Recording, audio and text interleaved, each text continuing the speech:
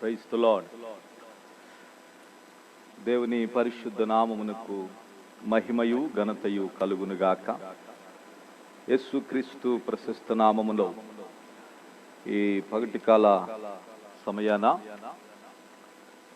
ఈ లైవ్ను వీక్షించుచుండిన దేవుని పిల్లలైన వారందరికీ యేసయ్య నామములో వందనాలు తెలియజేస్తున్నాను. అలాగునే ఈ లైవ్ నిమిత్తమై సహకరించిన ప్రాఫెట్ పాల్ డేవిడ్ గారి నిమిత్తమై, అలాగే వారి యొక్క బృందం అంతటి కొరకై నేను ఎంతగానో దేవుని స్తుతిస్తూ ఉన్నాను. ఈ సమయంలో అందరం కూడా కలిసి ప్రార్థన చేసుకుందాం. ప్రార్థన ద్వారా ఈ కార్యక్రమాన్ని ప్రారంభం చేసుకుందాం. ప్రేమ కలిగిన తండ్రి, కృపా సత్య సంపూర్ణుడా, సర్వాధికారి, మా ప్రియ తండ్రి, మీకు స్తోత్రం చెల్లిస్తున్నాను. మీ యొక్క దయ చొప్పున మమ్మలను కాపాడుతూ, ఆదరిస్తూ, ఆశీర్వదిస్తూ, క్షేమ సంబంధమైన సంతోషాన్ని మా జీవితాలలో అనుగ్రహిస్తున్న దేవా, మీకు స్తోత్రం చెల్లిస్తున్నాను. ఈ సమయంలో ఈ లైవ్ కార్యక్రమాన్ని ఆశీర్వదిస్తున్నాం. వినుచున్నాం, చూస్తున్నా. యేసయ్యా, ఆలకిస్తున్న ప్రతి బిడ్డకు మీ నుండి సమాధానము, మీ నుండి ఆశీర్వాదము, మీ నుండి జయము నీ బిడ్డలు కలుగునట్లుగా సహాయం చేయండి.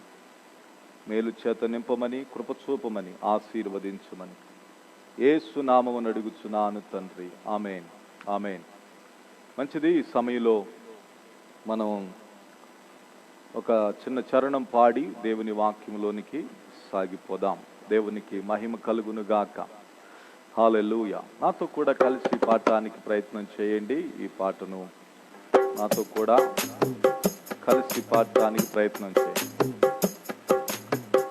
నన్ను ప్రేమించి నాకై రక్తం కాచి, నన్ను ప్రేమించి నాకై రక్తం కాచి, నా పాపం కడిగితివే, నాకు విడుదలనిచ్చితివే, నా పాపం కడిగితివే, నాకు విడుదలనిచ్చితివే.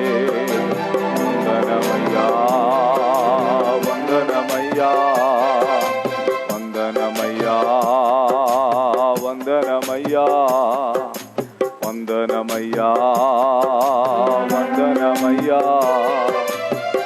జలములు దాటునప్పుడు నాతో ఉండును, అగ్నిలో నడుచునప్పుడు నాతో వచ్చును. మునిగిపోవను నేను, కాలిపోవను, మునిగిపోవను నేను, కాలిపోవను.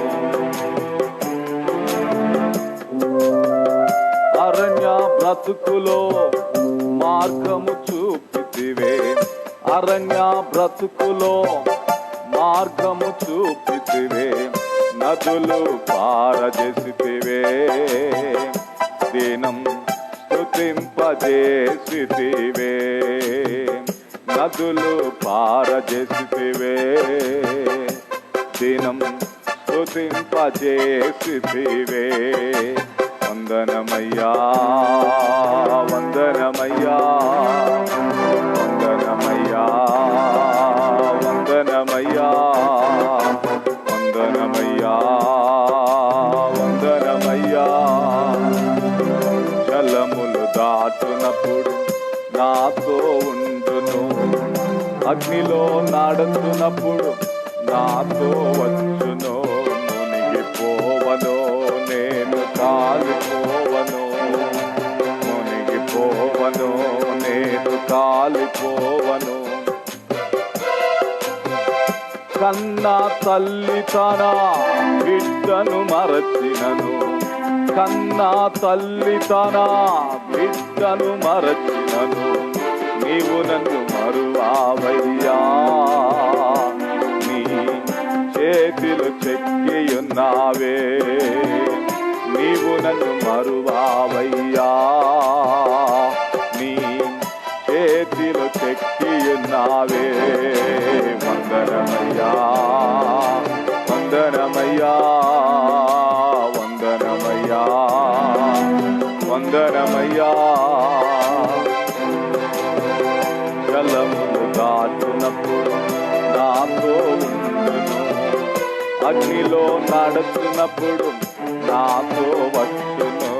మునిగిపోవను నేను కాలిపోవను, మునిగిపోవను నేను కాలిపోవను. ఎడారి బ్రతుకులో నన్ను ఎత్తుకున్నావే, ఎడారి బ్రతుకులో నన్ను ఎత్తుకున్నావే.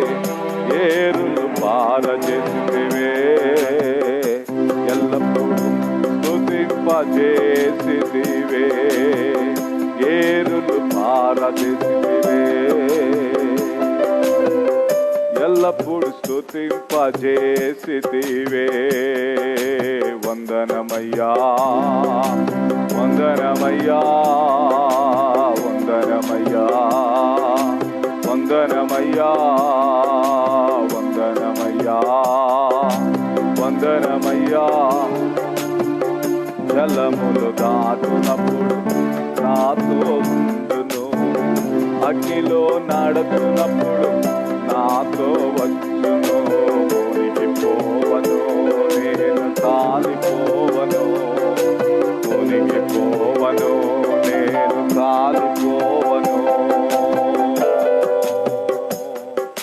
హల్లెలూయా హల్లెలూయా హల్లెలూయా. ప్రత్యేకంగా ఈ పగటికాల సమయంలో దేవుని వర్తమానం అందించుట కొరకై మమ్మల్ని ఆహ్వానించిన దేవుని దాసులకు ప్రత్యేకమైన వందనాలు చేస్తున్నాను. అలాగుననే లైవ్లో వీక్షించుచుండిన ప్రతి ఒక్కరికి దైవాశీస్సులు స్నేహవందనం కలుగునుగాక. మంచిది. ఈ సమయంలో లేఖన భాగములో నుండి ప్రాముఖ్యమైన విషయాలను ఈ పగటికాల సమయంలో మనం ధ్యానం చేద్దాం. ప్రియులారా, పరిశుద్ధతను గురించి అధికంగా తప్పుగా అర్థం చేసుకున్న పరిస్థితులను క్రైస్తవ సమాజంలో కాలాకాలంగా నేను చూడగలుగుతూ ఉన్నాను. మన పరిశుద్ధత అనేది మన వలన కలిగినది కాదు, అది దేవుని వలన కలిగినది. మన పరిశుద్ధత అనేది మన ప్రయాస వలన కలిగినది కాదు, మన కష్టము వలన కలిగినది కాదు, అది దేవుని ద్వారా మనం పొందుకొనుచున్నాము. ఎందుకనగా ఈ లోకములోనికి పాపము మన ద్వారా రాలేదు. పాపము ప్రియులారా మొదటి ఆదాము ద్వారా, అనగా ఒక్కని ద్వారా లోకములోనికి పాపము ఎలాగూ వచ్చిందో అలాగే పరిశుద్ధత కూడా ఒక్కని ద్వారానే కలిగినట్లుగా మనం చూస్తాం. కానీ ఈ రోజులలో అధికంగా పాపము ఒకని ద్వారా వచ్చింది అన్నదానిని బలంగా నమ్మగలుగుతున్నారు. కానీ పరిశుద్ధత అనేటువంటిది కూడా, అది కూడా ఒక్కని ద్వారానే మనందరికీ సంప్రాప్తమవుతున్నది, కలుగుతున్నది అనేటువంటి విషయాన్ని క్రైస్తవ సమాజము నమ్మలేని స్థితిలో, విశ్వసించలేని స్థితిలో, గ్రహించలేని స్థితిలో ఉండటము ప్రియులారా నిజంగా దుఃఖకరమైన విషయం. ఆ విషయాన్ని ఓపెన్గా బహిరంగంగా అంగీకరించటానికి ధైర్యము చేయలేకపోతున్న పరిస్థితులు మనం చూస్తూ ఉన్నాం.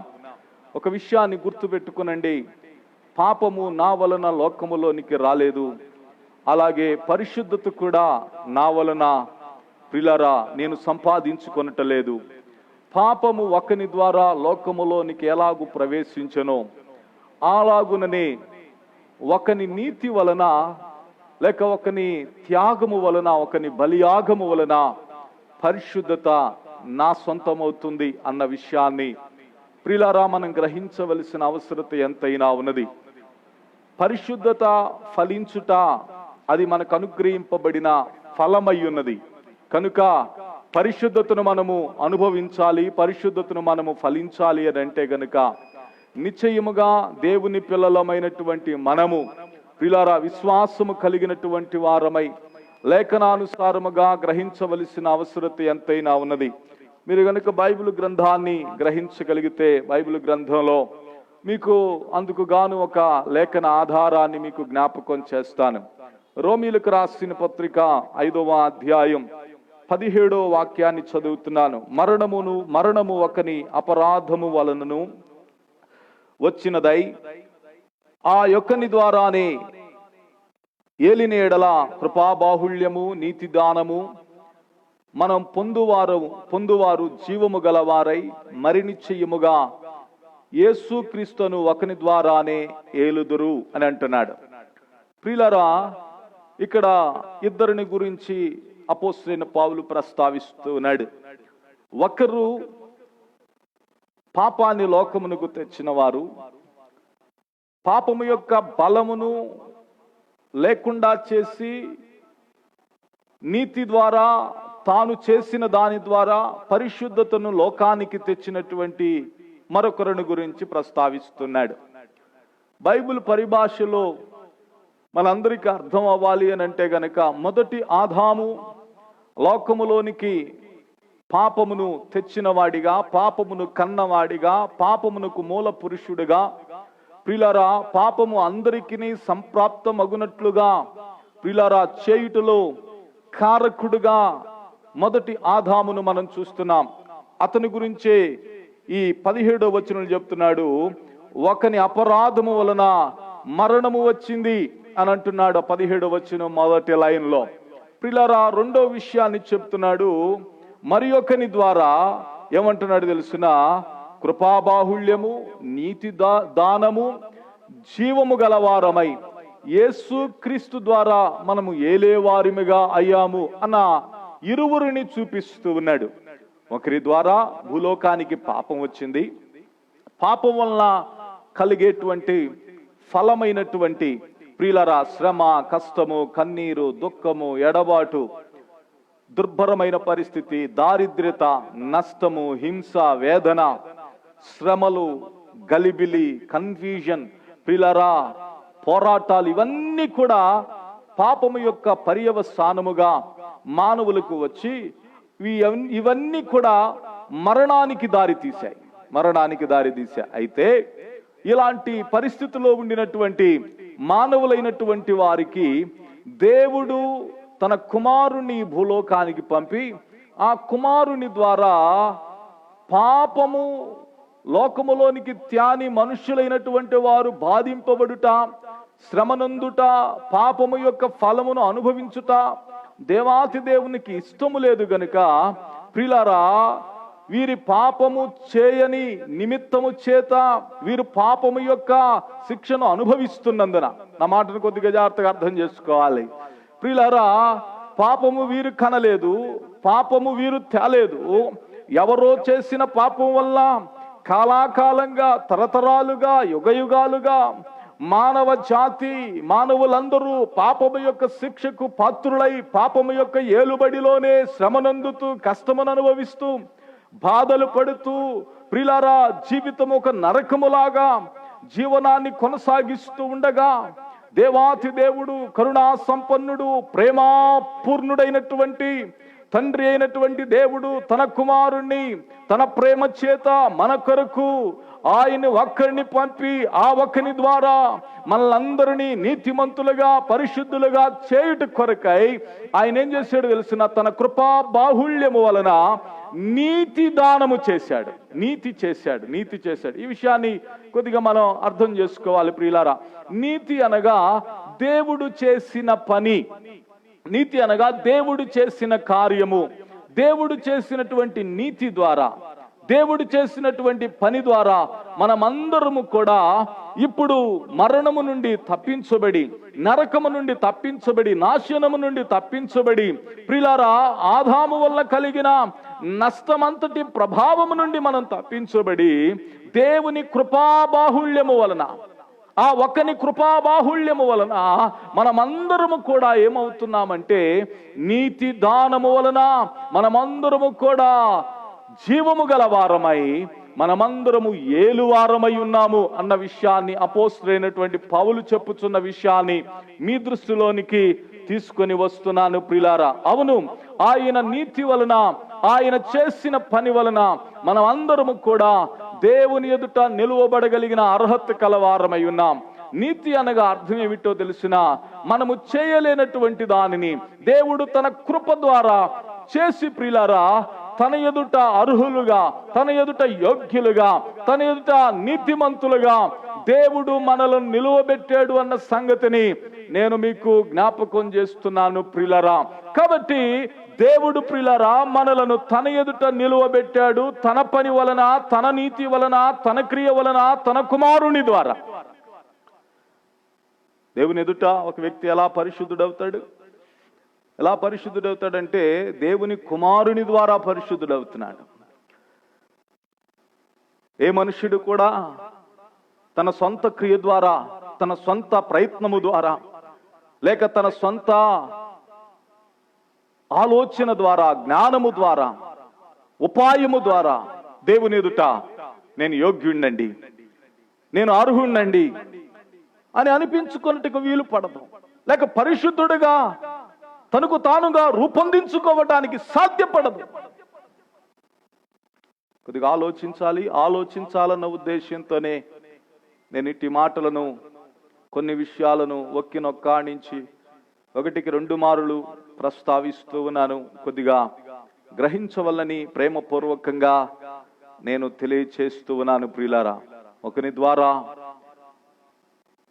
లోకములోనికి పాపం వచ్చింది, అలాగే ఒకని ద్వారా లోకములోనికి అనగా క్రీస్తు యేసు ద్వారా ఆయన కృపా బాహుళ్యము వలన నీతిని దానముగా ఈటాన్ని బట్టి జీవమును ఏలువారమై వారిమిగా మనం అందరమును మార్చబడ్డాము అన్న సంగతిని జ్ఞాపకం చేసుకోవాలి. ఇంకా క్లుప్తంగా చెప్పాలంటే ఒకని ద్వారా ఎలాగో పాపం వచ్చిందో అలాగే ఒకని ద్వారా మనందరికీ పరిశుద్ధత సంప్రాప్తమైంది. ఆమేన్. ఈ విషయాన్ని కొద్దిగా బోల్డ్గా చెప్పటానికి భయపడాల్సిన అవసరం లేదు. అందుకోసమే నేను చెప్తున్నాను, రక్షించబడి మారు మనసు పొంది తమ క్రియ వలన కాక విశ్వాసం వలన కృపచేత రక్షింపబడి ఉన్నామని ఎఫెసీయులకు రాసిన పత్రిక 2వ అధ్యాయం 8వ వాక్య ప్రకారమై ఎందరైతే విశ్వాసం ఉంచుతున్నారో వారందరూ కూడా ఉచితముగా దేవుని కృపాబాహుళ్యము వలన, ఆయన నీతి దానము వలన జీవముతో కూడిన ఏలుబడి చేయువారై ఉన్నారు, అనగా పరిశుద్ధతకు పాత్రులై ఉన్నారు.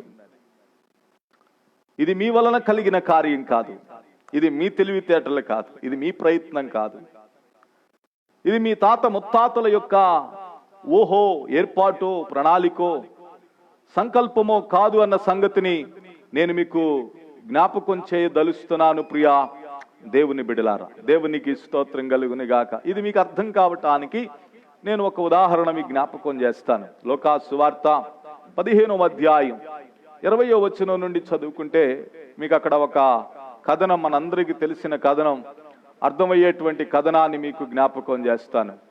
అక్కడ తప్పిపోయినటువంటి కుమారుడు, 2వ కుమారుడు ఉన్నాడు. అతడు తండ్రి ఆస్తి అంతటిని కూడా తీసుకొని పోయాడు. తండ్రి ఆస్తి అంతటిని కూడా, తన భాగం అంతటిని కూడా తీసుకొని పరాయి దేశానికి వెళ్ళిపోయాడు, నష్టపోయాడు. ఆహారము లేక బాధపడుతున్నాడు. అయ్యో నా తండ్రి ఇంట ఆహారము నాకు దొరుకుతుంది కదా అని తన కడుపు నింపుకుందాము, పనైనా చేసుకుందాము, కొద్దిగా నెమ్మదిగానైనా బతుకుదాము అని తిరిగి వస్తున్న వేళ తండ్రి దూరము నుండి కుమారుణ్ణి చూసి కుమారుని యొద్దకు వెళ్ళి కుమారుని మెడ మీద పడి కుమారుని ముద్దాడి కుమారుని కౌగిలించుకొని కుమారుని వాటేసుకొని ప్రియులారా, కుమారునికి ప్రియులారా చూస్తే గనక తండ్రి ఏం చేస్తున్నాడో తెలుసునా? వస్త్రమును ధరింపజేస్తున్నాడు. రెండవది ఉంగరమును ధరింపజేస్తున్నాడు. వస్త్రం అనగా తన నీతిని ఇస్తున్నాడు, తన యొక్క అధికారాన్ని ఇస్తున్నాడు, తన యొక్క సామర్థ్యాన్ని ఇస్తున్నాడు, తమ యొక్క ఆధిపత్యాన్ని ఇస్తున్నాడు, తనకు చెందినవాడని నిరూపిస్తున్నాడు. ఉంగరమును ధరింపజేస్తున్నాడు. పాదరక్షకులు తొడిగిస్తున్నాడు. కొవ్విన దూడను ప్రియులారా, కొవ్విన పశువును తన కొరకు వధిస్తున్నాడు. అంత మాత్రమే కాదు, పెద్ద సెలబ్రేషన్ చేస్తున్నాడు, విందు చేస్తున్నాడు, పండగ చేస్తున్నాడు. ఇవన్నీ తప్పిపోయి వచ్చినటువంటి వ్యక్తికి చేయదగునా, చేయటం అవసరమా అని మనం అనుకుంటాం. కానీ తండ్రి ప్రేమ అలాంటిదండి.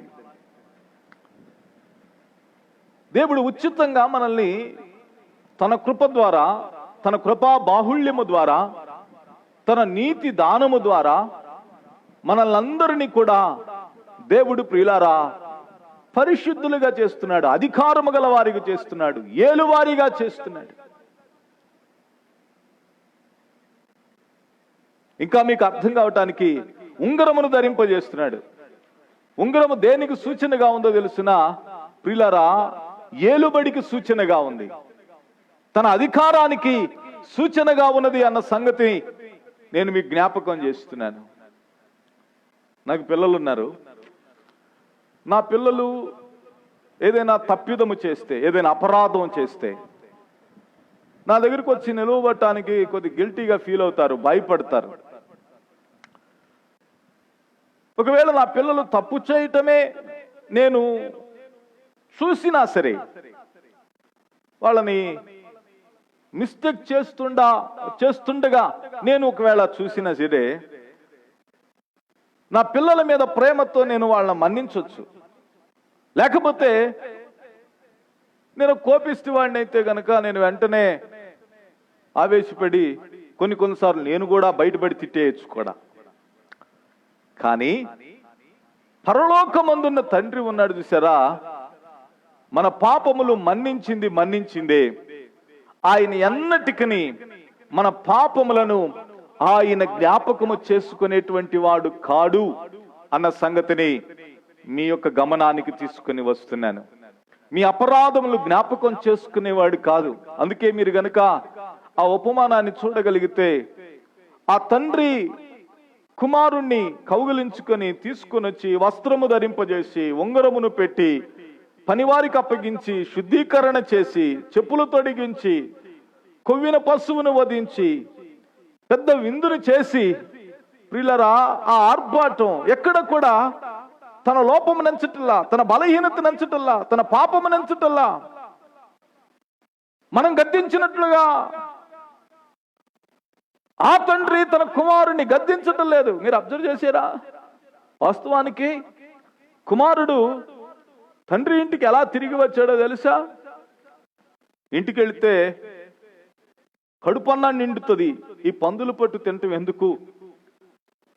తన ఆకలిని తీర్చుకునే ఉద్దేశంతో వస్తే తండ్రి ప్రేమ ఎలాంటిదో తెలుసా? తండ్రి ప్రేమ అతనికి ప్రశస్త వస్త్రమును ధరింపజేశాడు.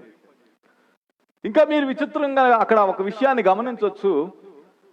తండ్రి పోయి కుమారుడి పైన పడి తను కౌగిలించుకుంటుండగా తండ్రితో అంటున్నాడు, అయ్యా నేను పరలోకానికి నీకును విరోధంగా పాపం చేశాను. అలాంటే తండ్రిని పట్టించుకోవట్లా, తండ్రి దాన్ని కమెంట్ చేయట్లా. అబ్బా రిపెంటెన్స్ అయ్యాడు అనేటువంటి ఒకలాంటి ఇదితో తండ్రి ఆ దాన్ని పరిగణలోనికి తీసుకుని తన్ని యోగ్యుడిగా అర్హునిగా చేయటల్లా.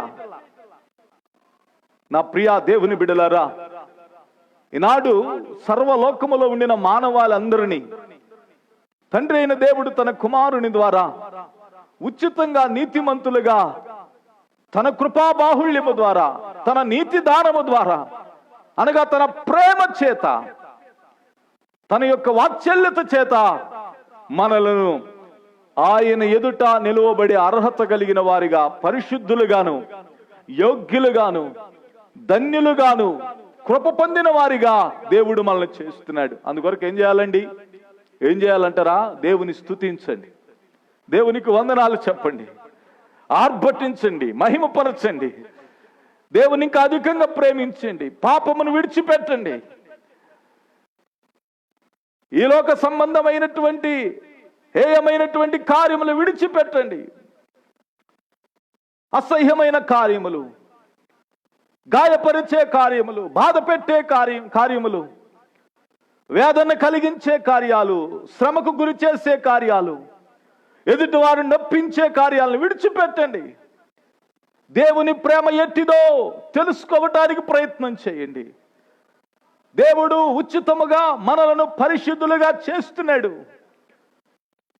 ఉచితముగా ఆయన మనల్ని నీతిమంతులుగా చేస్తూ ఉన్నాడు. ఇంకా చెప్పాలంటే ఆదాము చేసిన పాపం వల్ల కలిగినటువంటి ప్రతి ప్రభావాన్ని సమూలముగా తండ్రి అయిన దేవుడు తన కుమారుడైన యేసుక్రీస్తు ద్వారా సంపూర్ణముగా ప్రియులారా వాటి ప్రభావము నుండి మనకి విడుదల కలుగజేశాడు.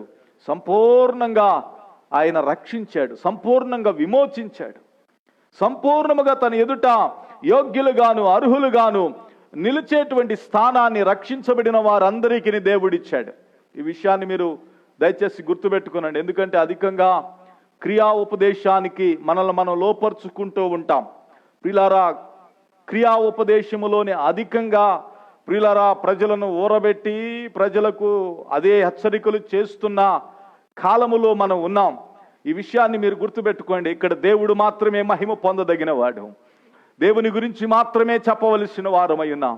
ప్రియులారా, దేవుని ప్రేమ, దేవుని ఆప్యాయత, దేవుని కృప, దేవుని బాహుళ్యము, దేవుని నీతి దానము, దేవుడు ఉచితముగా తన పరిశుద్ధతకు మనల్ని ఎలాగో పాత్రులుగా చేస్తూ ఉన్నాడు, దేవుడు ఎలాగో మనల్ని నీతిమంతులుగా చేస్తూ ఉన్నాడు, దేవుడు మనల్ని ఎలాగో అర్హులుగా చేస్తూ ఉన్నాడు అనేటువంటిది మనము ప్రియులారా అది అనుభవించి గ్రహించి అర్థం చేసుకుని ప్రభువుకి స్తోత్రం చెల్లించాలి. ఒక వ్యక్తి రక్షించబడినప్పుడు తన జీవితంలో ఏ విధమైనటువంటి కార్యం ఎలా జరుగుతుందో తెలిసిన ఒక లేఖనాన్ని మీ దృష్టికి నేను తీసుకొని వస్తాను. ప్రియులారా, 1 పేతురు రాసిన పత్రిక 3వ అధ్యాయం 21వ వచనం చదవండి దయచేసి. అందరూ కూడా చూడండి, బైబిల్ ఉన్నటువంటి వారు.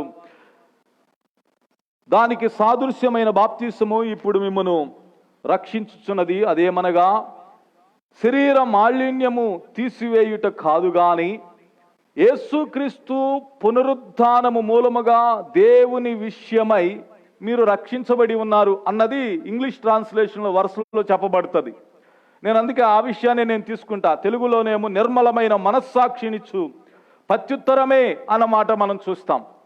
కానీ వేరే ట్రాన్స్లేషన్స్లో ఏమని చెప్పబడింది తెలిసిన, యేసుక్రీస్తు పునరుద్ధానం మూలముగా మనం రక్షించబడి ఉన్నాం. యేసుక్రీస్తు శిలువ మరణము నుండి ఆయన పునరుద్ధానుడు అయిన వెంటనే మనం కూడా ఏమయ్యామో తెలిసిన పునరుద్ధానము పొందిన వారమై ఉన్నాం. మనం కూడా రక్షించబడి ఉన్నాం. మనం కూడా ప్రియులారా ఆ సాదృశ్యమందు అపోస్తలుడైన పౌలు కూడా ఆ సాదృశ్యమును గురించి మాట్లాడుతాడు. మీరు గనక రోమీయులకు రాసిన పత్రిక 6వ అధ్యాయం 3వ వచనం నుంచి చదివితే గనక క్రీస్తు యేసులోనికి బాప్తిసం పొందిన మనమందరము ఆయన మరణములోనికి బాప్తిసం పొందితమని మీరు ఎరుగరా?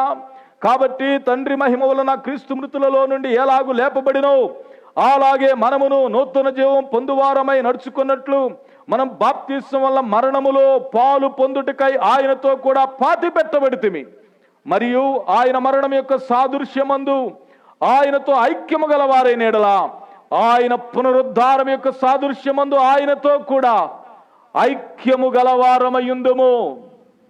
ఏమంటున్నాడంటే, యేసు ప్రభు శిలువ మరణము నొందినప్పుడు మనం కూడా ఆ శిలువలో ఉన్నామంటున్నాడు. ఆయన మరణములో పాలివారమై ఉన్నామంటున్నాడు. ఆయనతో కూడా పాతి పెట్టబడి ఉన్నామంటున్నాడు. ఆయన పాతి పెట్టబడిన సాదృశ్యమందు నీ పాపములు కూడా పాతి పెట్టబడ్డాయి, నీ అవిధేయతలు పాతి పెట్టబడ్డాయి. ఆయన ఎలాగూ తిరిగి లేచాడో అలాగే మనము కూడా ఆయన తిరిగి లేచినందున ఆయన పునరుద్ధానం వల్ల సంపూర్ణముగా మనము రక్షించబడి ఉన్నాం. ఆమేన్. ఈ విషయాన్ని కొద్దిగా అర్థం చేసుకోవాల్సిన అవసరం ఎంతైనా ఉంది. ఈ విషయం అర్థం కావటానికి ఒక ఉదాహరణ మీకు జ్ఞాపకం చేస్తాను. ఇద్దరు దేవాలయానికి వెళ్ళారు. ఒక ఆయన వెళ్ళి ప్రార్థన చేస్తున్నాడు. అయ్యా, నేను నీ మందిరానికి వస్తున్నాను, నేను అది చేస్తున్నాను, ఇది చేస్తున్నాను, పుదీనాలోను, జీలకర్రలోను, సోపులోను, నేను మానక దశమ భాగం ఇస్తున్నాను, ఉపవాసం ఉంటున్నాను, ప్రార్థన చేస్తున్నాను, ధర్మకార్యములు చేస్తున్నానని ఇంత పెద్ద చిట్టి చదువుతా అన్నాడు.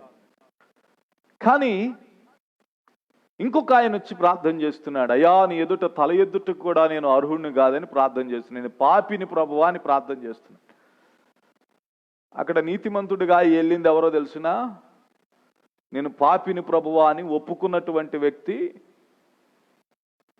నీతిమంతుడిగా వెళ్ళాడు.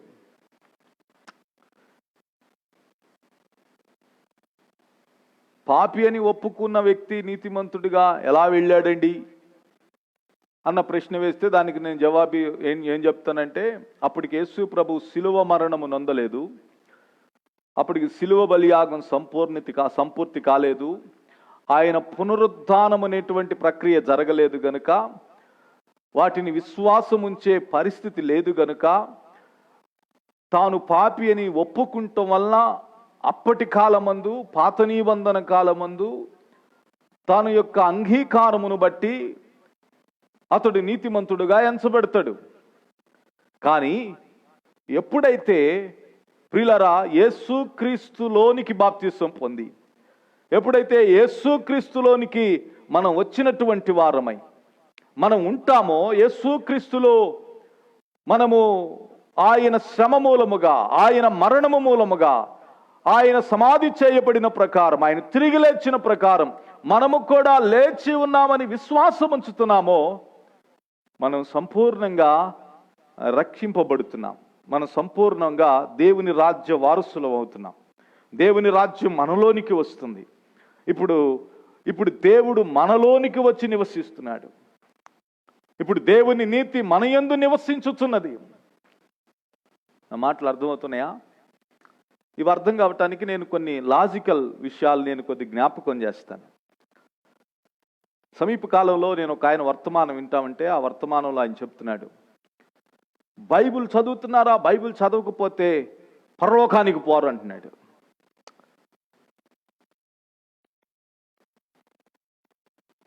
బైబిల్ ఎందుకు చదువుతున్నావంటే, పరలోకానికి పోతామనేటువంటి విశ్వాసం కలిగినందున, పరలోకానికి పోయే వారిగా ఉన్నందున మనం బైబిల్ చదువుతున్నాం.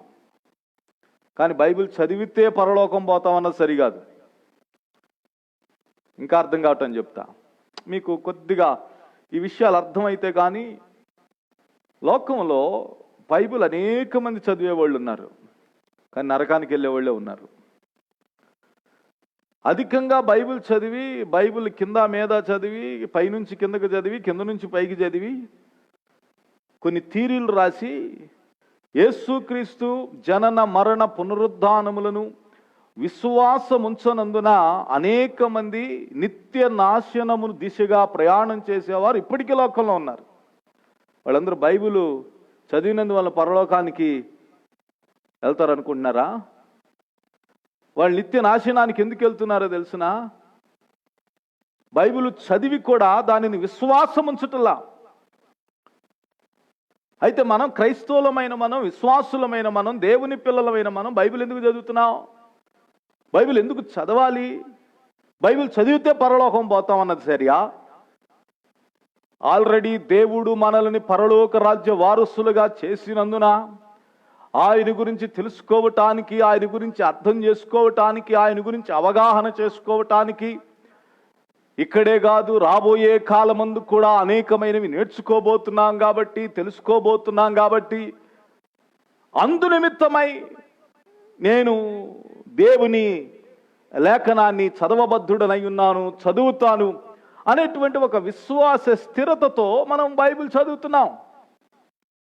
కొన్ని గుడ్డి అపోహలను దయచేసి విడిచిపెట్టవలసిన అవసరత ఎంతైనా ఉన్నది. ముండి తరహాలో ప్రియులారా మనము బలవంతము చేసి పిల్లలైనటువంటి వారికి బోధించే వారిగా ఉన్నాం. నేను ప్రత్యేకంగా నా పిల్లలకైతే నేను చెబుతాను, నువ్వు దేవుని రాజ్య వారసుడివి, నువ్వు దేవుని నీతికి హక్కుదారుడివి, నువ్వు దేవుని రాజ్య సంబంధివి కనుక నువ్వు దేవుని వాక్యాన్ని చదవాలి. నువ్వు వ్యత్యాసమైన వాడవు. దేవుడు నిన్ను కన్నాడు, దేవుడు నిన్ను కొన్నాడు రా, దేవుడు నిన్ను ఏర్పరచుకున్నాడు, దేవుడు నిన్ను పిలిచాడు, దేవుడు తన పని కొరకు ఆయన నీ పట్ల ఉద్దేశం కలిగి ఉన్నాడు కనుక బైబిల్ చదవాలి. అంతేగాని బైబిల్ చదవలేదేంటి అని చెప్పేసి ఒకలాంటి ఫోర్స్తో బలవంతం చేయటం వల్ల చెప్పిన రోజు చదువుతారు, చెప్పని రోజు చదవరు. ఆమేన్. నేను చెప్పే మాట్లాడదవుతున్నాయి అనుకుంటున్నా. దేవునికి స్తోత్రం. హల్లెలూయా. కొంతమంది చెప్తుంటారు ప్రార్థన చేస్తే పరలోకానికి పోతారు. ఆహాహాహా, నేను చెప్పే మాట అర్థం చేసుకోండి. దాన్ని ఇలా చెప్పండి, ప్రార్థన చేస్తే పరలోకం పోతారని చెప్పటం కంటే అది సరికాదు. నేను పరలోక రాజ్య వారసుడిగా యేసుక్రీస్తు ద్వారా అయినందున నేను ప్రార్థన చేస్తాను, ప్రార్థన చేస్తూ ఉంటాను. చాలామంది దేవునికి ఇస్తే దేవుడు ఇస్తాడండి అని దేవుడికి ఇస్తా ఉంటారు. అంటే లాభాన్ని ఆశించి దేవునికి ఇస్తా ఉంటారు. నేనంటాను అది సరిగా. దేవుడు ఇచ్చినందున దేవునికి ఇవ్వటం సరి. దేవుడే ఇవన్నీ ఇచ్చాడు, అందుకే నేను దేవునికి కృతజ్ఞతగా నేను దేవుని స్తుతిస్తున్నా, దేవునికి ఇస్తున్నాను అనేటువంటి దృక్పథంతో ప్రియులారా దేవునికి ఇవ్వాలి. చాలామంది ఈ పరిశుద్ధతను గురించి అవగాహన లేనటువంటి వారు, వీటన్నిటిని గురించినటువంటి స్పష్టత లేనటువంటి ప్రజానీకం యొక్క అభిప్రాయాలు ఈ విధంగా ఉంటాయి. ఒక మత సంబంధంగా, ఒక రిలీజియన్ మెంటాలిటీ, ఒక మత సంబంధమైనటువంటి ఉద్రేకం, అలాంటి భావజాలాలతో ఉంటారు. ఒక ఆయన అంటున్నాడు కదా, అయ్యా నేను ప్రార్థన చేస్తే పరలోకం కదిలిపోయిద్దండి అంటున్నాడు. నాకున్న అవగాహన ఏంటంటే పరలోకం మన ప్రార్థన వలన కదలదని నాకు తెలుసు. నా ప్రార్థన వలన పరలోకం కదల్చబడబోవట్లేదు. ఎందుకంటే ఆయన నిన్న నేడు ఏకరీతిగా ఉన్నాడు. ఆయన కదల్చబడని వానికి ఎలాగున్నాడో పరలోకం కూడా కదల్చబడదు. కొంతమంది ఆవేశంతో ఎలా చెప్తారంటే దేవుడేదో వాళ్ళ సొంతోడైనట్టు ఆయన చేతులు మెలదిప్పి నేను చేయించుకుంటానన్నట్టుగా, ఆయన చేయటానికి చేయి చాచకుండా ఉన్నట్టుగా ఆయన చేతినేదో వీరి స్వాధీనంలోనికి తీసుకొని మెలిదిప్పి తామనుకున్నటువంటి దాన్ని దేవుని ద్వారా చేయించుకోవాలన్నట్టు వాళ్ళు ఉద్రేకపూరితంగా మాట్లాడటం ఆరంభిస్తారు. నాకు ఈ సంగతులన్నీ ఎందుకు తెలుసయ్యా అంటే గనక, నేను ఒక పాస్టర్ గారు అబ్బాయిని. నేను పుట్టింది సేవలోనే, పెరిగింది సేవలోనే, ఇప్పుడు కూడా నేను సేవే చేస్తున్నా.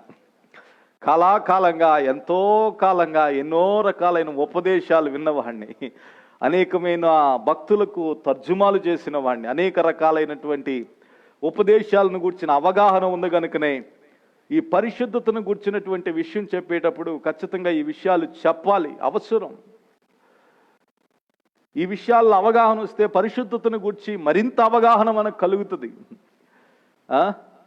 ఇప్పుడు ఉపవాసం అనేటువంటిది తీసుకుంటే 3 రోజులు ఉపవాసం, 7 రోజులు నీళ్ళు తాగకుండా ఉపవాసం, ఇవన్నీ నేను చేసిన వాడినే.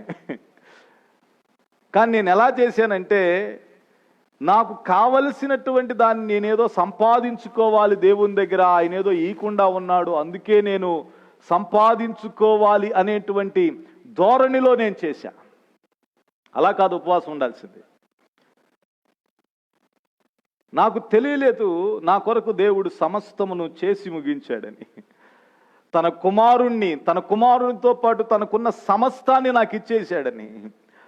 ఇప్పుడు వాటిని ఎలాగూ క్లెయిమ్ చేసుకోవాలో, ఇప్పుడు ఎలాగూ వాటిని సొంతం చేసుకోవాలో నాకు తెలియక, అలాగే పరిశుద్ధత ఎలా సొంతం చేసుకోవాలో తెలియక, స్వస్థత ఎలా సొంతం చేసుకోవాలో తెలియక, ఆశీర్వాదం ఎలా సొంతం చేసుకోవాలో తెలియక, విడుదల ఎలా సొంతం చేసుకోవాలో తెలియక,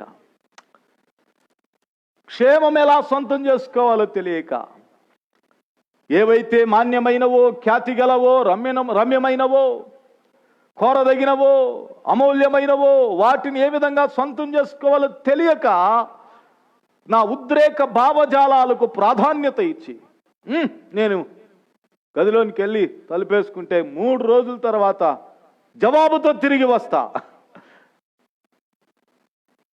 ఒకరోజు దేవుడు నాతో మాట్లాడాడు, నేను నీకేది ఇవ్వకుండా ఉన్నాను, ఆశీర్వాదమును, శాపమును, జీవమును, మరణమును నీ ముందు పెట్టా. ఏది కావాలో నువ్వు తీసుకో.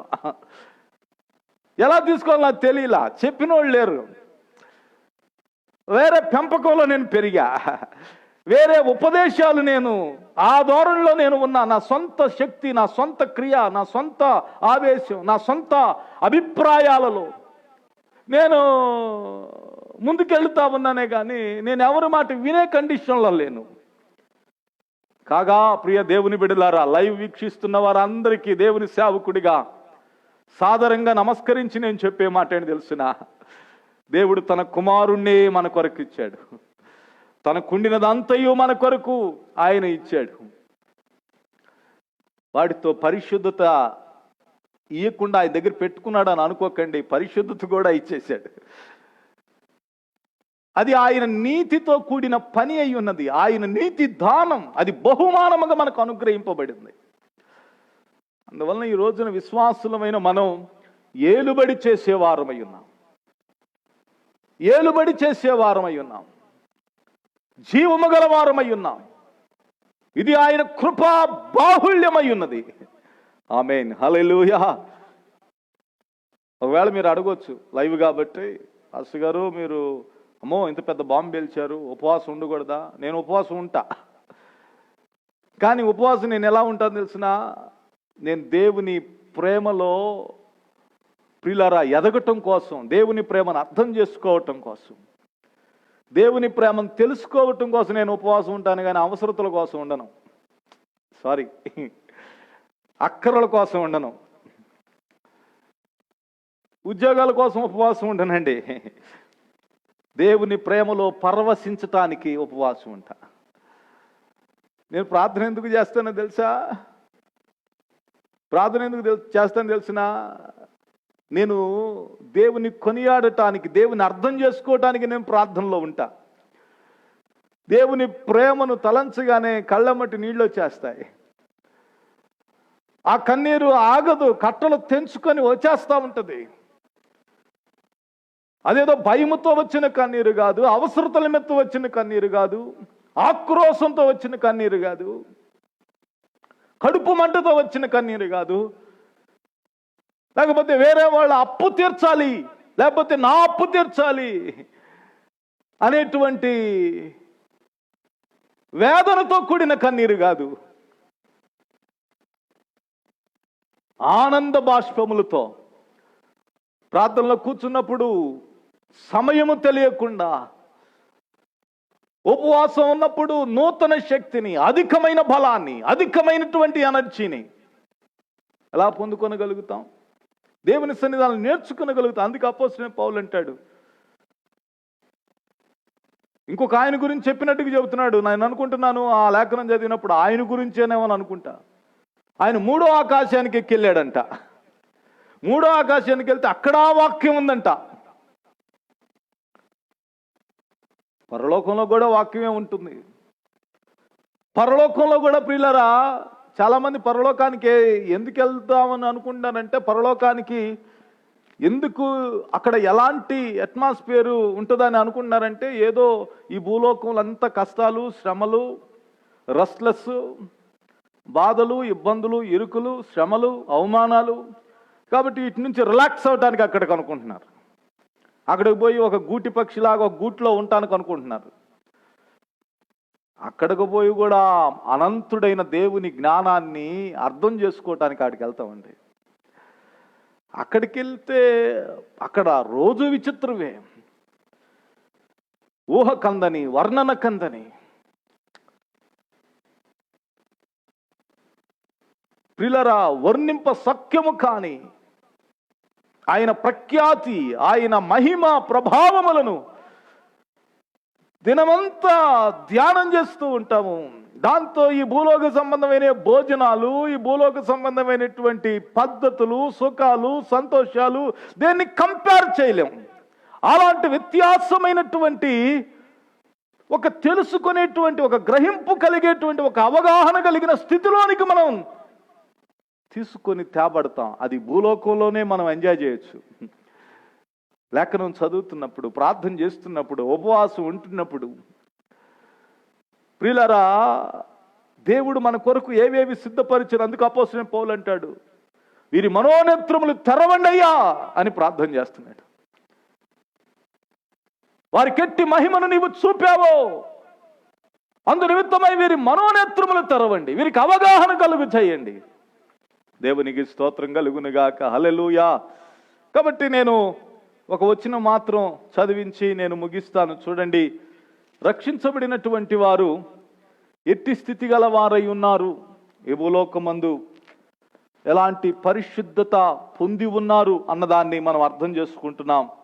ప్రియులారా, ఆ లేఖనాన్ని మీకు జ్ఞాపకం చేస్తాం. 1 పేతురు రాసిన పత్రిక 1వ అధ్యాయం 3వ వచనం నుండి 4వ వచనం వరకు ఉండిన లేఖనాన్ని చదువుతాం. మన ప్రభు అయిన యేసుక్రీస్తు తండ్రి అయిన దేవుడు స్తుతింపబడును గాక. మృతులలో నుండి యేసుక్రీస్తు తిరిగి లేచుట వలన జీవముతో కూడిన నిరీక్షణ మనకు కలుగున్నట్లు, యేసు ప్రభు తిరిగి లేచినందువలన జీవముతో కూడిన నిరీక్షణ మనకు కలుగునట్లు అనగా, అక్కడ చెప్తున్నాడు చూడండి, అక్షయమైనదియు, భూలోకంలో ఉన్నప్పుడే అక్షయమైనదియు, నాశనము కానిది, చావు లేనిది, ప్రియులరా నిత్యమైనది, అదే చెప్తున్నాడు, అక్షయమైనది, మార్పు లేనిది, అక్షయమైనదియు, నిర్మలమైనదియు, వాడబారనిదియునైనా స్వాస్థ్యము మనకు కలుగునట్లు. అనేక మంది అంతర్ధానమైన తర్వాత ఇవన్నీ అనుకుంటున్నారు. ఆల్రెడీ మనము అక్షయమైనదియు, నిర్మలమైనదియు, వాడబారినదినైనటువంటి దానిని స్వతంత్రించుకునేటువంటి అర్హతను, హక్కును మనం కలిగి ఉన్నాం. ఇక్కడ అక్షయమైనదియు, నిర్మలమైనది ప్రశాంతమైనటువంటిది. ఇంకా చెప్పాలంటే దానికి ఇంకొక పర్యాయ పదం ఏంటంటే పరిశుద్ధమైనది. పరిశుద్ధమైనది. ఇంకో చోట మనం చూస్తాం, మహాపరిశుద్ధత అన్న మాట వాడతాడు. మహాపరిశుద్ధం, పరిశుద్ధమైనదియు, వాడబారనిదినైన స్వాస్థ్యం. యేసుక్రీస్తు మృతులలో నుండి తిరిగి లేచినందువలన రక్షణ పొందిన మనం ఎట్టి వాటికి హక్కుదారులమై ఉన్నాం తెలిసిన, ఎట్టి వాటిని మనం స్వాస్థ్యంగా పొంది ఉన్నాం తెలిసిన, అక్షయమైనదియు, నిర్మలమైనదియు, వాడబారినదినైనా స్వాస్థ్యము మనం పొందుకుంటాం. 5వ వచనం చదివితే కనుక, కడవరి కాలమందు బయలుపరచబట్టుకు సిద్ధముగానున్నాం, రక్షణ మీకు కలుగునట్లు. ఆ రక్షణ గురించి చెప్తున్నాడు. ఆ రక్షణలో ఇవన్నీ ఉన్నాయి. రక్షణ అనేది ఒక ధననిధి. స్వస్థత దానిలో ఉంది. రక్షణలో సమాధానం ఉంది, రక్షణలో ఆనందం ఉన్నది, రక్షణలో ఆశీర్వాదం ఉన్నది, రక్షణలో నెమ్మది ఉన్నది, రక్షణలో పరలోక రాజ్య భాగ్యం, జీవితం, భూలోకమందే మనం జీవించవచ్చండి. ఆమేన్, హల్లెలూయా. ఎంతమంది అలా జీవించగలుగుతున్నారు? ఎంతమందికి అలాంటి ఎక్స్పీరియన్స్ ఉంది? మీరు ఆల్రెడీ దేవుని రాజ్య సంబంధులై ఉన్నారు. దేవుని తోటి ప్రియులారా వారసులై ఉన్నారు. అదే కదా గలతీయులకు రాసిన పత్రిక చదువుతాం, ఆయనతో పాటు రాజ్య వారసులమై ఉన్నాం. ఆయన మన ప్రధాన సోదరుడై ఉన్నాడు యేసయ్య. పరలోకమందు మనకు తండ్రి ఉన్నాడు. ఆయన పిల్లలంగా మనం ఉన్నాం. ఇట్టి స్వాస్థ్యము మనం పొందినట్లుగా ప్రియులారా, ఆయన మృతులలో నుండి తిరిగి లేచి ఇటు స్వాస్థ్యానికి మనల్ని వారసులుగా చేశాడండి. ఆమేన్. పేతురు ఎంత చక్కగా స్పష్టంగా ఈ విషయాన్ని చెప్తున్నాడో మనం అర్థం చేసుకోవాలి. ప్రియులారా,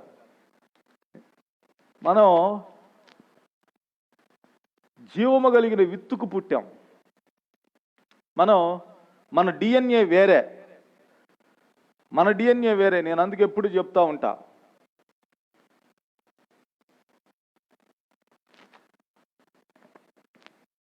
రెండు సార్లు పుట్టినటువంటి వారు నిత్య మహిమకు వారసులు అవుతారు.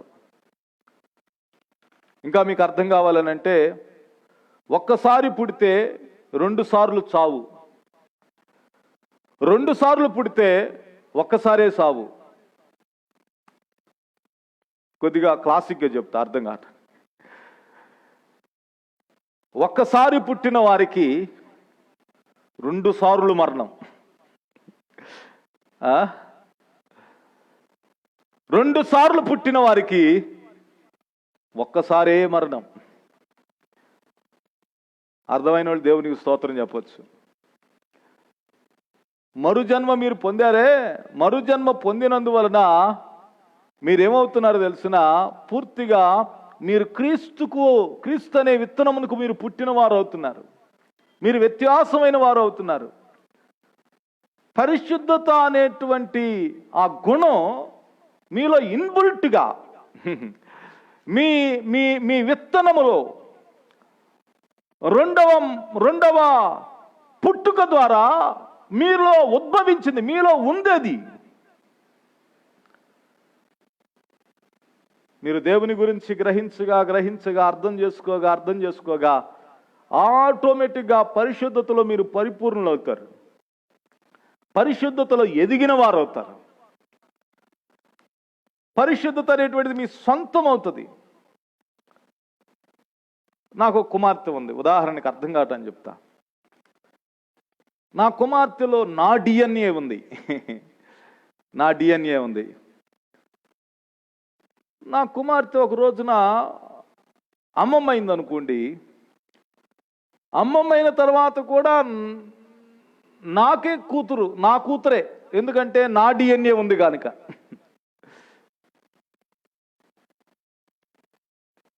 నాలో ఉన్న డిఎన్ఏ మా నాన్నది. ఇప్పుడు మరుజన్మ ద్వారా నా డిఎన్ఏ క్రీస్తు డిఎన్ఏగా మారిపోయింది. క్రీస్తుకు వారసులం అయిపోయాం. క్రీస్తు అనే విత్తనమునకు పుట్టిన వారమై ఉన్నాం. క్షయమైన విత్తనముకు కాక అక్షయమైనటువంటి, లోపము లేని, పాపము లేని, పరిశుద్ధత కలిగిన, నీతి కలిగిన, కృపా బాహుళ్యము కలిగిన, దేవుని యొక్క గుణము కలిగిన, దేవుని స్వభావము కలిగిన, గుణమునకు ప్రియులారా మనం ఏమై ఉన్నాం తెలుసునా? వారసులమై ఉన్నాము. ఆ గుణం మనలో పనిచేస్తూ ఉంది. అంటేనే మీకు సందేహం రావచ్చు, మాస్టర్ గారు ఇంత క్లారిటీకి చెప్తున్నారు కానీ కొన్నిసార్లు నేను పాపం విషయంలో తల వంచుతున్నానండి, పాపం చేయకుండా ఉండలేకపోతున్నానండి అనేవాళ్ళు చాలామంది ఉంటారు కూడా. నేను మాట చెప్తాను, పాపము అనేటువంటిది నీ బలహీనతను బట్టి చేస్తున్నావే కానీ నీ గుణమును బట్టి చేయటల్లా.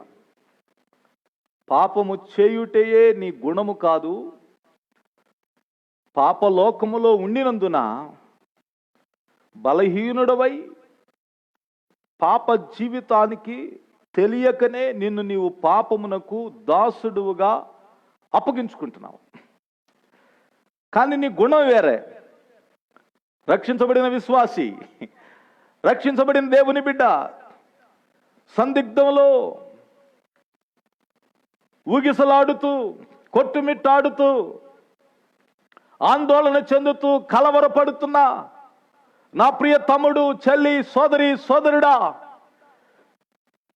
క్రీస్తు జ్ఞానము ద్వారా నేను చెప్పే మాట, నువ్వెప్పుడైతే దేవుని యందు విశ్వాసం ఉంచి ఆయన జనన మరణ పునరుద్ధానములను నిరీక్షించి నువ్వు దేవుని యందుకు వచ్చినావో అప్పుడే నీవు దేవుని బిడ్డగా మార్చబడ్డావు. నువ్వు తిరిగి పుట్టావు. నువ్వు క్రీస్తు అనేటువంటి ప్రియులారా అక్షయమైనటువంటి, ప్రియులారా మార్పు లేనటువంటి నిత్యరాజ్య సంబంధమైన విత్తనమునకు నీవు పుట్టావు. ఇప్పుడు నీ తరగతి వేరే.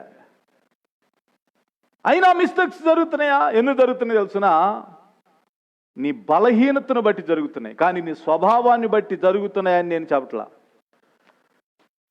లేదంటే స్వభావాన్ని బట్టే జరుగుతున్నాయి అన్నట్టుగా జరుగుతున్నాయని ఎలా తెలుసుకోవచ్చు అండి అని ఒకవేళ మీరు నన్ను అడిగితే చెప్తా. రోజు అదే పాపం చేస్తూ ఉంటాడు చూసారా, రోజు అదే వ్యభిచారం చేస్తుంటాడు చూసారా, వాడి గుణం మారలేదని అర్థం, ఇంకా తిరిగి పుట్టలేదని అర్థం, ఇటు అవగాహన కలగలేదని అర్థం, వాక్యం తెలియలేదని అర్థం, దేవుని జ్ఞాన సంబంధమైనటువంటి అవగాహన లేని వారిగా ఉన్నారు అని అర్థం. అందుకే అపోస్తలుడైన పౌలు చాలా సింపుల్గా ఈ విషయాన్ని తేల్చి చెబుతాడు. మీకు అర్థం కావటానికి లేఖనాన్ని చూపిస్తా. అందరూ నాతో కూడా దయచేసి బైబిల్ తీయండి ప్రియులారా. రోమీయులకు రాసిన పత్రిక 6వ అధ్యాయం 20వ వచనం చదువుతున్నాను. మీరు పాపమునకు దాసులై ఉన్నప్పుడు నీతి విషయమై నిర్బంధము లేని వారై యుంటిరి. 21వ వచనం. అప్పటి క్రియల వలన మీకేమి ఫలము కలిగెను, వాటిని గురించి మీరిప్పుడు సిగ్గుపడుచున్నవారు కారా? రక్షించబడిన మీరు ఇదివరకు పాప జీవితాన్ని జ్ఞాపకం చేసుకొని ఈ తప్పు చేసి ఉండకూడదు, నిజంగా అది తప్పని ఇప్పుడు తెలిసింది, పరిశుద్ధాత్మ దేవుడు గద్దించాడు అని ఇప్పుడు సిగ్గుపట్టలేదా? అప్పుడు ద్రోహం చేశాం, అప్పుడు అన్యాయంగా నడుచుకున్నాం, అక్రమంగా నడుచుకున్నాం, మనసే చెప్తే అది చేశాం, ఎవరి మాట వినలేదు, మూర్ఖంగా ప్రవర్తించాం, తోచినట్టు చేశాం అని ఇప్పుడు సిగ్గుపట్టలేదా? సిగ్గుపడుతున్నాం అని చెప్పేసేసి అంటూ అక్కడ ఆ మాటను కనుక మీరు గమనిస్తే, వాటిని గురించి మీరు ఇప్పుడు సిగ్గుపడుచున్నవారు కారా, వాటి అంతము మరణమే అని చెప్పేసి చెబుతూ అంటాడు. అయితే ఇప్పుడు పాపము నుండి విమోచింపబడి దేవునికి దాసులైనందున, అందరూ ఈ మాట చెప్పండి, అయితే ఇప్పుడు పాపము నుండి విమోచింపబడి దేవునికి దాసులమై ఉన్నాం. ఇప్పుడు పాపము నుండి విమోచింపబడి దేవుని స్వాధీనంలోనికి వచ్చాం, అది దాని అర్థం. ఇప్పుడు పాపం మీకు ఎన్నటికీ మన పైన ప్రభుత్వము చేయనేరదు అని అక్కడ పై వచనాలు చెప్తాడు. పాపమునకు మన పైన అధికారం లేదు. రక్షించబడిన విశ్వాస అర్థం చేసుకో.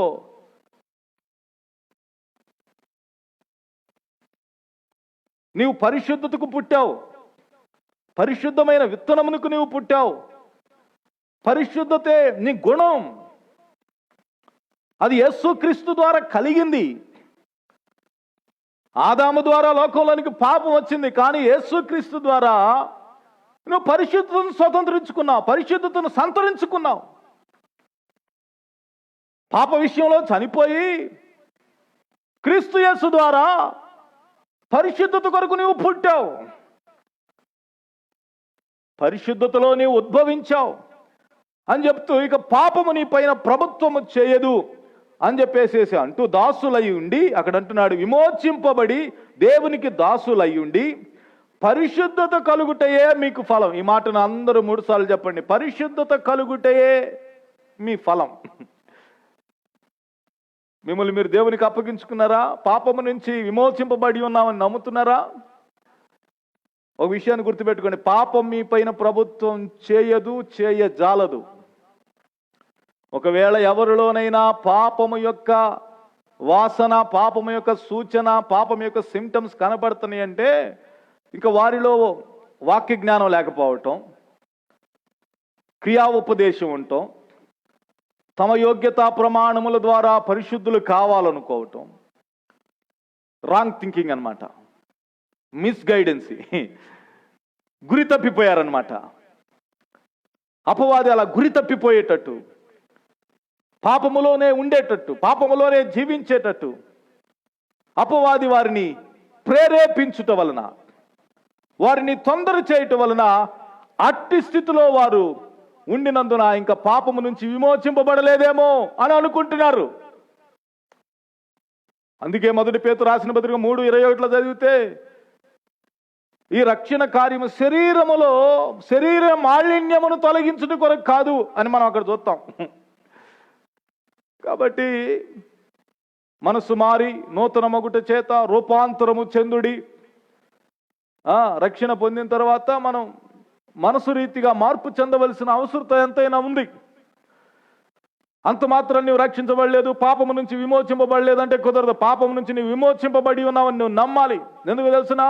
నువ్వు వేరే విత్తనానికి పుట్టావు, నువ్వు మరుజన్మలో నువ్వు ప్రవేశించావు, క్రీస్తు యేసుతో కూడా సమాధి చేయబడ్డావు, క్రీస్తు యేసులోనికి బాప్తిసం పొందావు, నువ్వు క్రీస్తు యేసుతో కూడా సిలువ వేయబడ్డావు. ఆ సాదృశ్యమందు నువ్వు రక్షించబడ్డావు. క్రీస్తు యేసు ఏ విధముగా పునరుద్ధానుడయ్యాడో నువ్వు కూడా అలాగూ పునరుద్ధానంలో పాలు పంపులు పొందినందుకు నువ్వు రక్షించబడ్డావు. ఇప్పుడు నీ స్థితి వేరే, నీ స్థానం వేరే, మీరు పూర్తిగా మార్చబడిన వారై ఉన్నారు అని వాక్యం చెప్తూ అక్కడ అంటున్నాడు, పరిశుద్ధత కలుగుటయే మీకు ఫలం. ఇంకా నెక్స్ట్ ఏంటి? వాట్ నెక్స్ట్ అంటే ఏం చెప్పమంటారు? పౌలు అంటున్నాడు కదా, ఇక పరిశుద్ధత కలుగుటయే ఫలం. ఇంకా తర్వాత వచ్చేది ఫలమే. ఇంకా తర్వాత వచ్చేది పరిశుద్ధత అనే ఫలం. అది ఆటోమేటిక్గా వచ్చేస్తుంది. నువ్వు దేవునికి అప్పగించుకున్నావా? మారు మనసు పొందావా? క్రీస్తు యేసులోనికి బాప్తిసం పొందావా? ఆయన తిరిగి లేచిన ప్రకారం నేను రక్షించబడి ఉన్నాను నమ్ముతున్నావా? పాపము నుండి విమోచింపబడి ఉన్నాను నమ్ముతున్నావా? పరిశుద్ధత అనేది ఆటోమేటిక్ వచ్చిందండి. అందుకే చెబుతున్నా, పాపం నీ వల్ల లోకంలోనికి రాలేదు, అలాగే పరిశుద్ధత కూడా నీ శక్తి సామర్థ్యముల వల్ల రావట్లేదు. పరిశుద్ధత దేవుని వరప్రసాదం, నీతి దానం, బహుమానం దేవుడు నీకు ఇస్తున్నాడు. అది ఎలా కలుగుతుందంటే మరుజన్మ ద్వారా నీలో ఆరంభమవుతా ఉంది. ఒకవేళ సత్యం తెలియకపోతే అనేక మందికి షేర్ చేయండి, తెలియచేయండి. తెలియనటువంటి వారికి తెలియచేయండి. అవసరమైన విషయం, గ్రహించాల్సిన విషయం. కనుక ప్రియులారా, మనం అక్కడ అంటాం కదా, అక్కడ చూస్తాం చూడండి, పరిశుద్ధత కలుగుటయే మీకు ఫలం, దాని అంతము నిత్య జీవం. ఏంటి దాని అంతము? నిత్య జీవము అంటాడు 23వ వచనం. అయితే దేవుని కృపావరము మన ప్రభువైన క్రీస్తు యేసునందు నిత్య జీవమయ్యున్నది అని చెప్పేసేసి అంటున్న మాటను మనం చూస్తాం ప్రియులారా. కనుక దేవుని కృప ద్వారా మనం రక్షింపబడినందున సత్క్రియలు చేస్తున్నామే కానీ సత్క్రియలు చేస్తున్నందున మనము రక్షించబట్టల్లా. మరలా చెప్తున్నా, టైం అయిపోతుంది కాబట్టి ముగిస్తున్నాను. దేవుని కృప ద్వారా, దేవుని విత్తు ద్వారా, దేవుడు చేసిన కార్యము ద్వారా, దేవుని నీతి ద్వారా మనం రక్షించబడినందున మనం సత్క్రియలు చేయువారమై ఉన్నాం. అంతేగాని మనం సత్క్రియలు చేసినందున రక్షించబట్టమో, పరిశుద్ధులుగా మార్చబట్టమో, యోగ్యులుగా అర్హులుగా ఆయన ఎదుటి నిలవబట్టడానికి స్థానాన్ని పొందిన వారేమో కావట్లా. ఆమేన్. ఈ మాటలు మీ వినికిడిలో పదిలపరిచి మీ అంతరంగములో తెలివిని, బుద్ధిని, జ్ఞానాన్ని, వివేకాన్ని ప్రజ్వలింపజేసి ఆయన నిత్య సంకల్పం మీ యందు, మీ పేటలో, మీ ఇంటిలో, మీ ప్రాంతంలో, మీ గ్రామములో సంపూర్ణంగా ఆయన నిత్య సంకల్పం నెరవేర్చబడునుగాక. ఆమేన్. ప్రేమ కలిగిన తండ్రి యేసయ్యా, ఈ లైవ్లో పాల్గొని బిడ్డలందరూ ఆశీర్వదిస్తున్నాను. ఈ మాటలు వింటున్న ప్రతి బిడ్డను ఆశీర్వదిస్తున్నాను. నీ బిడ్డల హృదయాల్లో ఉన్న సందేహం నైనా కన్ఫ్యూజన్ అంతా తొలగిపోయి సంపూర్ణ అవగాహన కలిగి మీలో ఆనందిస్తూ, మీలో ప్రభువా గంతులు వేయగలిగిన నైనా గొప్ప ఉజ్జీవాన్ని బిడ్డలకు దయచేయండి. ఆయన నీతిని స్వతంత్రించుకున్న, ఆయన పరిశుద్ధత నాయందు ఆయన ఉంచాడు. అది దేవుని కార్యం, అది నా ప్రియుని కార్యం అని మిమ్మల్ని స్తుతించినట్లుగా నీ బిడ్డల కృప చూపమని దీవించి సహాయము చేసి నీ బిడ్డలందరిని ఆశీర్వదించుమని మహిమ పొందమని యేసు నామమున అడుగుచున్నాను తండ్రి. ఆమేన్. మన తండ్రి యొక్క ప్రేమయు, కుమారుని కృపయు, పరిశుద్ధాత్మ యొక్క అన్యోన్య సహవాసము, దీవెన, ఆశీర్వాదం లైవ్లో పాల్గొని విన్న వారికి, రాబోతున్న కాలంలో వినబోతున్న వారికి, సార్వత్రిక సంఘానికి, సకల్లోక పరిశుద్ధులకు ఇప్పుడును ఎల్లప్పుడూను సదాకాలం వరకు తోడయుండి నడిపించి దీవించి సహాయము చేయునుగాక. ఆమేన్. ఆమేన్. God bless you. దేవుడు మిమ్మల్ని దీవించునుగాక. ఆమేన్.